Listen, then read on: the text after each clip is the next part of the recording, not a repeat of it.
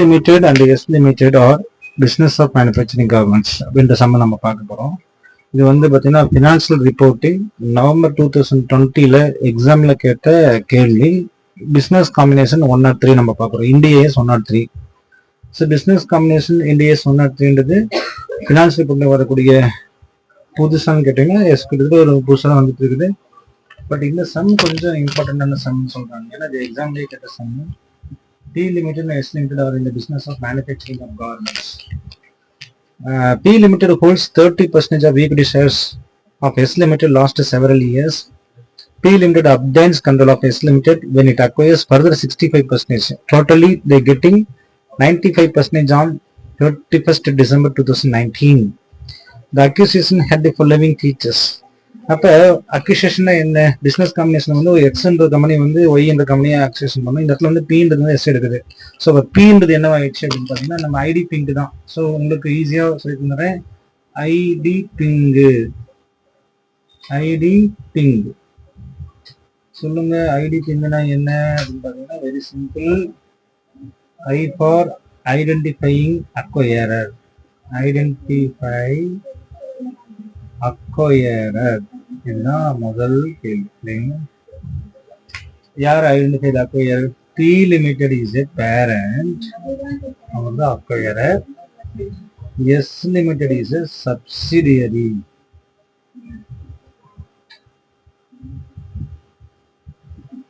அப்ப இவங்க தான் அக்வயரர். கிளியரா? ஸோ ஃபர்ஸ்ட் கேள்விக்குரிய ஆன்சர்ஸ் நம்ம கிடைஞ்சு போச்சு. அடுத்தது வந்து யாருங்க? டீன்றாங்க. அப்போ date of acquisition. So date of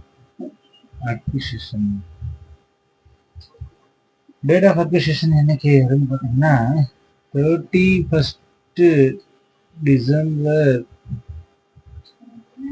2019.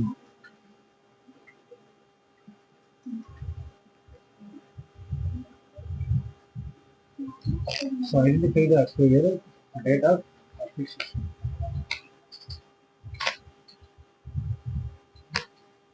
So easy as name.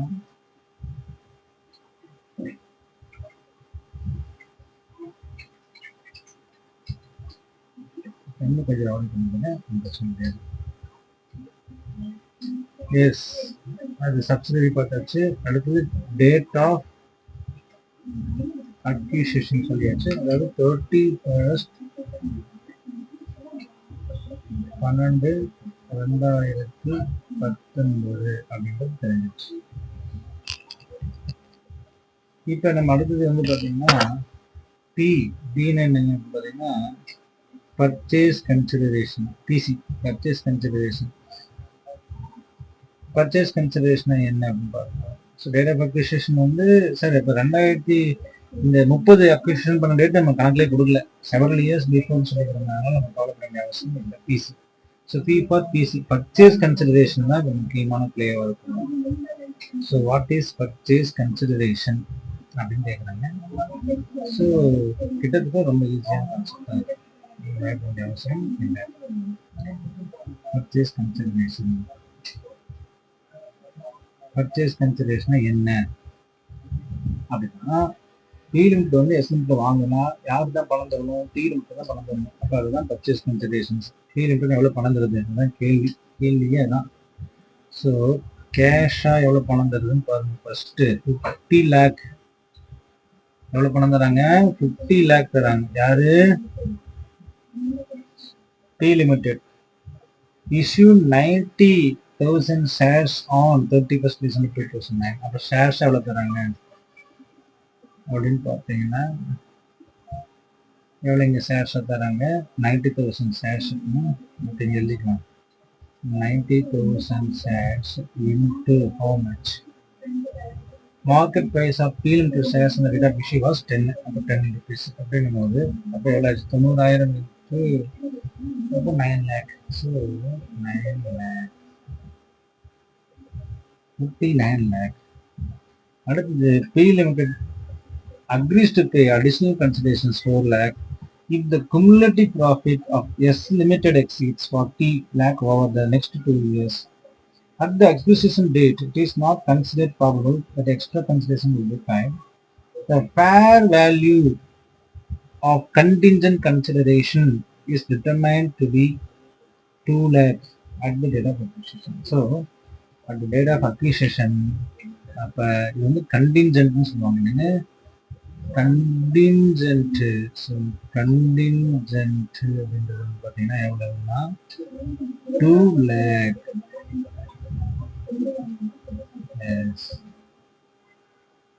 2 lakhs. So totally 71 lakh அப்படின்றது தான் என்னவா இருக்க முடியும் அப்படின்னா பர்ச்சேஸ் கன்சிடரேஷனா இருக்க முடியும் அப்படின்னு நான் சொல்லல, சம்மல சொல்றாங்க. See, contingent considerations are eligible. So, purchase considerations. இன்னொரு விஷயத்தையும் அவங்க சொல்றாங்க, நல்லா கவனிச்சுக்கணும். இந்த இடத்துல வார்த்தை நீங்க படிச்சுன்னா P Limited owned 30% shares of S Limited for several years. Of December 2019, the investment included in P Limited considerations balance at 8 lakh. The fair value of previous holding accounted for using the equity method is arrived at 18 lakhs. So, இது வந்து பார்த்தீங்கன்னா குழப்பமா இருக்கு. அதாவது previous held investment at the fair value on the date of acquisition. Date of acquisition அன்னைக்கு the fair value the P Limited has owned 30% of shares in S Limited for several years. At the 31st December 2019, the investment included in P Limited consolidated balance sheet at 8 lakh. The fair value previous holding accounted for using the equity method is arrived. அப்போ இந்த fair value மெத்தோடைய equity arrived பண்ணது 18 லட்சம். அதோடைய value இப்போ உங்களுக்கு 8 லட்சத்தை இருக்குதா 18 லட்சம் இருக்குதா உங்களுக்கு ஒரு குழப்பம். At the P Limited has owned 30% of shares in S Limited for 7 years. At December 2019, investment is included in P Limited 100 balance sheet of 8 lakh. So, 8 lakh தான் வைக்கணும். அதுதான் வந்து முறை. ஸோ என்ன செய்யணுங்க, 8 lakh எடுத்துக்கணும். ஏன் சார் 8 lakh எடுத்துக்கணும் அப்படின்னு நம்ம கேட்டா பதில் என்னதான், ஃபேர் வேல்யூ. அதாவது பர்ச்சேஸ் கன்சிடரேஷன்ல கண்டிஜென்ட் கன்சிடரேஷன் எடுத்தாச்சு. ஃபேர் வேல்யூ ப்ரீவியஸ்லி ஹெல்டு வந்து எவ்வளவு எடுத்துக்கணும் நான் சொல்லலைங்க, நீங்க சம்மு சொன்னது. நான் சொல்லலே, நீங்க சம்மு சொன்னது. அதுவும் கரெக்ட் தான். சம்மு சொல்றதா மட்டும் நம்ம அக்செப்ட் பண்ண முடியுமா? அப்ப what is the exact answers for this கேள்வி.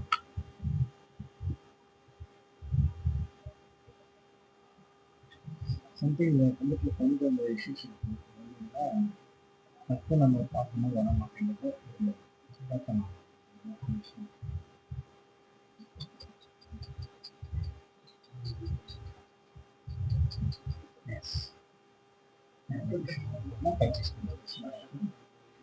So 79 lakh.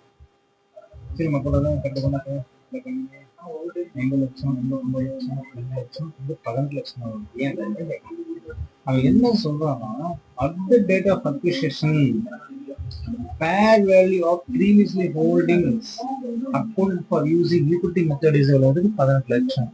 அப்ப 18 லட்சம் பண்ணோம். அப்ப 18 லட்சம் 8 லட்சமா 69 59 61 69 79. ஸோ இங்கேதான் 59 61 இருக்கக்கூடிய 79 தான் சரி. சரி எப்படிங்க சார் 18,000 P Limited உடைய 30% shares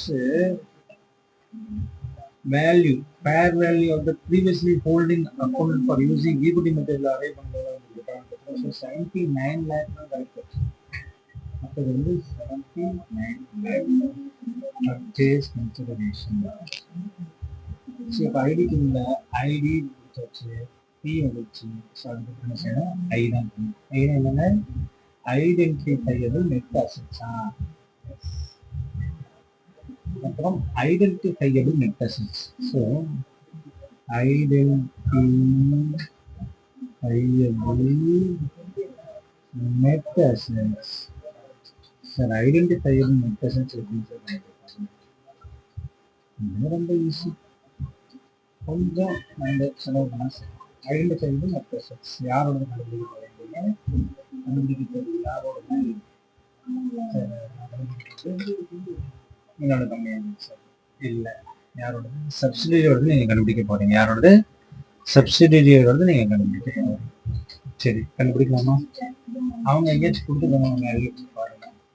so identifiable net assets are subsidiary 65% நீங்க எவ்வளவு கொடுத்தீங்க?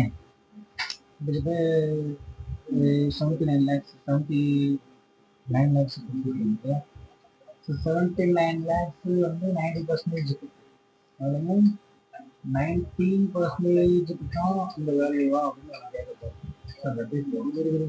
நான் கண்டுபிடிக்கிறேன். First identifiable net assets. சரி, ஃபர்ஸ்ட் ஐடென்டிஃபையபிள் நெட் அசெட்ஸ்ல உங்களுடைய ப்ரீவியஸ்லி இது வரும். இது வரும்ன்றீங்க previously consider. So identifiable net அசெட்ஸ்ல நம்ம என்ன அவங்களுடைய ஃபேர் வேல்யூ என்னன்னு பார்க்கணும். Fair value of identifiable net assets. fair value of identifiable net assets.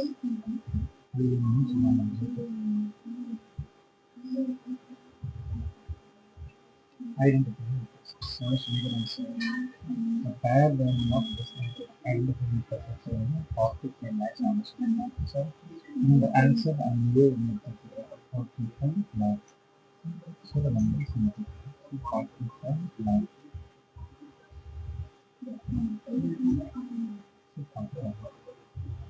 நான் கண்ட்ரோலிங் இன்ட்ரெஸ்ட் ஐடிக்கு அடுத்து வந்து ஐடிக்கு நான் கண்ட்ரோலிங் இன்ட்ரெஸ்ட் ஐடி நான் கண்ட்ரோலிங் இன்ட்ரெஸ்ட் அடுத்து நான் கண்ட்ரோலிங் இன்ட்ரெஸ்ட் என்னன்னா இவங்களை தவிர வேற யாராவது ஹோல்டிங் வச்சுக்கிறாங்கன்னு கேட்டால் அது நான் கண்ட்ரோலிங் இன்ட்ரெஸ்ட். இப்போ இதுவே எத்தனை வச்சுக்கிறாங்க? 65 + 30 கணக்கு பிரச்சனை தெரிஞ்சு. அதாவது 65 ஆல்ரெடி வச்சிருந்ததுல 30. ஸோ 65 + ஒரு 30 என்ன ஆச்சு? ப்ளஸ் ஒரு 30 95%. அப்போ நான் கண்ட்ரோலிங் பண்ணிட்டா என்ன 5%.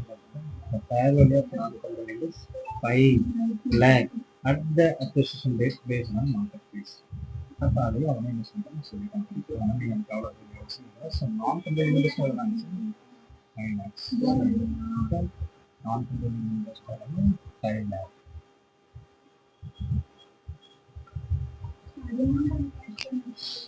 அடுத்த பாயிண்ட் ஐடி பிங்கில் ஜி கடைசி ஜி ஐடி பிங்கில் goodwill or gain on purchase. Goodwill or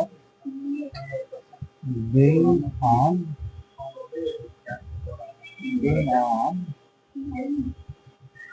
purchase.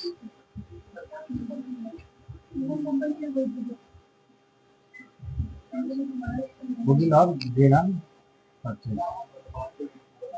சரி, இதுதான் நமக்கு ரெண்டு மெத்தட்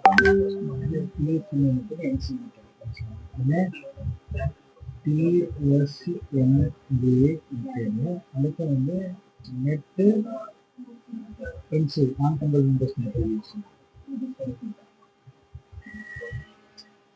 எதுக்கு ரெஃபரன்ஸ்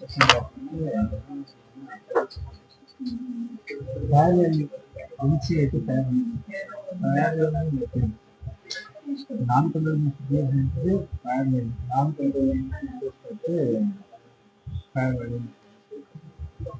நம்ம எப்பவுமே பிஎஸ்என் மெத்தட் தான் போடணும். அது போடுறது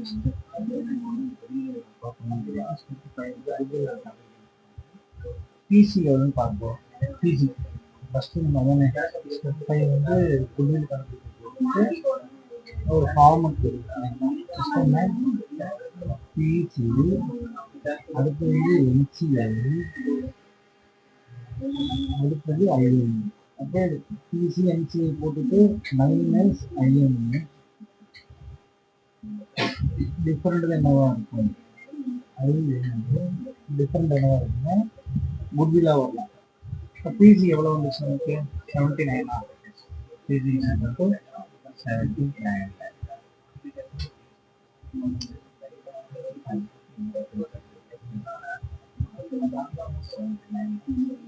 என்சிஎல் நான் கண்ட்ரோல் 5 lakh.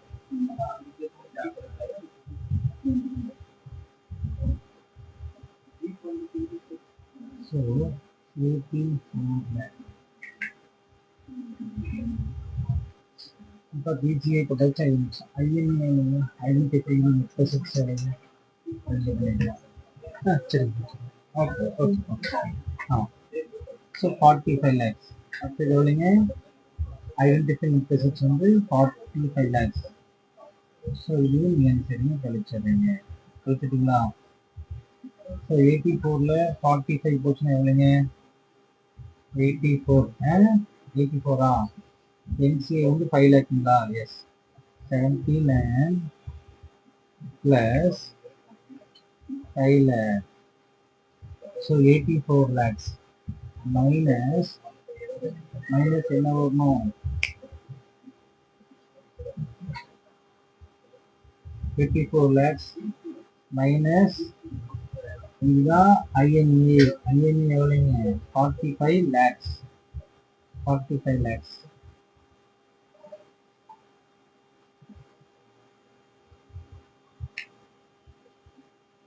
$39 lakhs.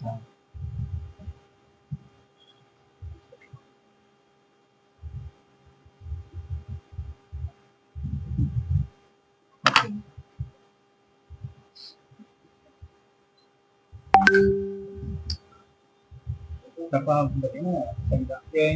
எல்லாமே கரெக்டாக வந்துச்சு. நான் கண்ட்ரோலிங் இன்ட்ரெஸ்ட் இருக்குது. பிஎஸ்என் எடுத்து சரி. பிசி நான் கண்ட்ரோலிங் சமைக்கிறது தான். INE identifications. ஸோ 39 lakhs என்னது? குட்வில்லா 45 லட்ச ரூபா மதிப்பில் நம்ம எதை கொடுத்து வாங்குறோம்? 84 lakhs கொடுத்து வாங்கினா அது என்னதான் கண்டிப்பாக நமக்கு குட்வில் தான். அதாவது இது மெத்தேடு இல்லை, இப்படி கூட கண்டுபிடிக்கலாம். பிசி வந்து 79 lakh இருக்குது இல்லைங்களா? மெத்தேஷன் 45 லட்சம் இல்லைன்னா 45 லட்சத்தில் நீங்கள் இந்த 45 லட்சத்தில் 5% இருக்கணும். நான் இப்போ 45 lakh இருந்துச்சு. 2,25,000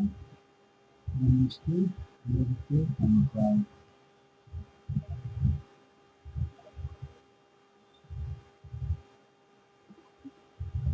ப்ளஸ்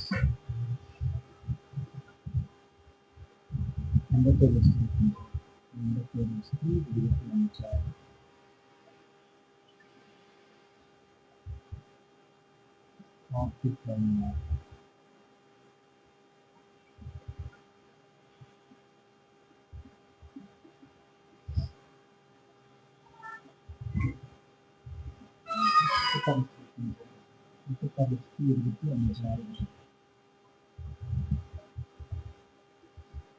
இந்த குட்வில் 2 வகையாக சொல்லுவாங்க. ஒன்று பிஎஸ்என்இ மெத்தடு, வந்து ஃபேர் வேல்யூ மெத்தடு. ஸோ எந்த மெத்தடு உங்களுக்கு ரொம்ப ஈஸியாக இருக்குதுன்னு நம்ம பார்க்க போகிறோம். ஸோ திருப்பி இதோட ரிவ்யூ பார்க்க போகிறோம். இந்த கணக்கு ரிவ்யூ கொஞ்சம் நல்லா கவனிச்சுக்கணும். ஸோ இந்த கணக்கு ரொம்ப சிம்பிளான கணக்கு தான். நல்லா கேள்வி கேட்டது. ஸோ இந்த கம்பெனி வந்து பி லிமிட் வந்து அக்வயர் ஆகிருக்காங்க. Because parent company they are acquiring and S limited is subsidiaries. First ID பின்ன்ற கான்செப்ட் வந்துருங்க. ஐடினா என்னங்க? Identify the acquire. யார் அக்வயர்? பி தான் பேர். டின்னு டேட் ஆஃப் பர்ச்சேஸ் 31/12/2019 வாங்குறீங்க. பின்னா பர்ச்சேஸ் கன்சிடரேஷன் கேஷ் வந்து 5 லேக்ஸ் 50 லேக்ஸ் கேஷ் ஆகும். 90,000 ஷேர்ஸ் ஒரு ஷேரோட உள்ள 10,000 9 லேக் வந்துருச்சு. கண்டிஞ்சென்ட்டோடைய ப்ரெசென்ட் வேல்யூ, கண்டிஞ்சென்ட் வந்து 40 லட்சம் நீங்க சம்பாதிச்சா நான் 4 லட்சம் தரேன்னு சொல்றேன். பட் ஆனால் அதோட ஃபேர் வேல்யூ இன்னைக்கு எழுதுறதுன்னா அது டேட் ஆஃப் பர்ச்சேஸ் அன்னைக்கு 2 லேக் இருக்குது. ஸோ அப்போ 61 லட்சம் ஆயிடுச்சு. அதே போல அந்த ப்ரீவியஸ் ஹெல்டு இன்வெஸ்ட்மெண்ட்டோடைய ப்ரெசென்ட் வேல்யூ எடுத்து செக் பண்ணும்போது ஃபேர் வேல்யூ 15 லட்சம் ரூபாய் இருக்குது. அப்படி பார்க்கும்போது அது பிசி லிங்க் ஆனாங்க 79 lakhs total PC. Identifiable net asset பார்க்கும்போது இவங்களோட நெட் அசெட் வேல்யூ எழுதுறது மொத்தமாக சப்சிடி வந்து 45 லேக்ஸ் தான் இருக்குது. நான் கண்ட்ரோலிங் இண்டஸ்ட்ரியோட ஃபேர் வேல்யூ அவனே நம்ம கொடுக்குறாங்க 5 லேக்ஸ். அப்படி நான் கண்ட்ரோலிங் இண்டஸ்ட்ரி கொடுக்கலன்னா நம்ம வந்து என்ன சொல்லலாம், பிஎஸ்என் பிரகாரம் 45 லேக் மேலே 5% எடுக்கலாம், தப்பு இல்லை. சரி, குட்வில் எப்படி கண்டுபிடிக்கிறதுன்னு பார்த்தீங்கன்னா வெரி சிம்பிள். பர்ச்சேஸ் கன்சிடரேஷன் நான் கண்ட்ரோலிங் இண்டஸ்ட்ரி போட்டு ஐஎன்ஏ கழிக்கணும். ஸோ ஐஎன்ஏ வந்து பார்த்தீங்கன்னா இந்த பிசியில் வந்து ப்ரீவியஸ் இயர் இன்வெஸ்ட்மெண்ட்டோடைய வேல்யூ இன்க்ளூட் ஆகிருக்குது. அப்படி இல்லைன்னா தனியாக இங்கே நம்ம கழிச்சுக்கணும். ஸோ இது தேவையில்லை. So minus INA. ஸோ உங்களுக்கு என்ன ஆயிடும், குட்வில்லா அல்லது கேபிட்டல் கெயின்னு பார்த்தா 45 லட்ச ரூபா வேல்யூ நீங்கள் என்ன செய்றீங்க 84 லட்ச ரூபாய் வாங்கினால இது உங்களுக்கு குட்வில் தான், இது உங்களுக்கு லாபம் கிடையாது. So that's on this some.